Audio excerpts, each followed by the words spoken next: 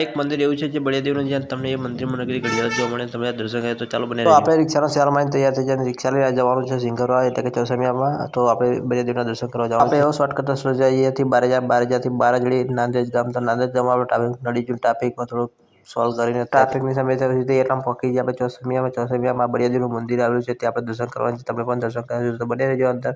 તો જય બળિયાદેવ તો આપણે મંદિરની અંદર પહોંચી ગયા મંદિરના અંદર જોઈ શકો છો ઘણી બધી ઘડિયાળ જોવા મળતી હોય છે ત્યાં પહેલું મંદિર છે જ્યાં આટલી બધી ઘડિયાળ જોવા મળે છે જય બળિયાદેવ તમે દર્શન કરી લેજો અમે પણ દર્શન કરી લે છે તો આ ભાયકનો જેના છે એ દર્શન કરીએ છીએ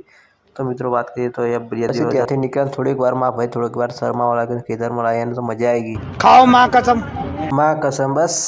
ત્યારબાદ આપણે આવી ગયા નાંદેજ એટલે કે બારાજડી અને ત્યાં રેલવે ક્રોસ કરીને આપણે આવી ગયા બારેજા ધામમાં અને બારેજા ધામ કુંકામેળી બારેજા ધામ કહે છે અને કુંકામેળી બારેજા ધામના અહીંયા એક નંબર પકોડી મળે છે તો આપણે પકોડી ખાવા જયા હતા અને પકોડી અમે પણ ખાધી છે તમે પણ ખાવી આવજો અને અહીંયાથી મિની બ્લોગ પૂરો કરી દીધો છે.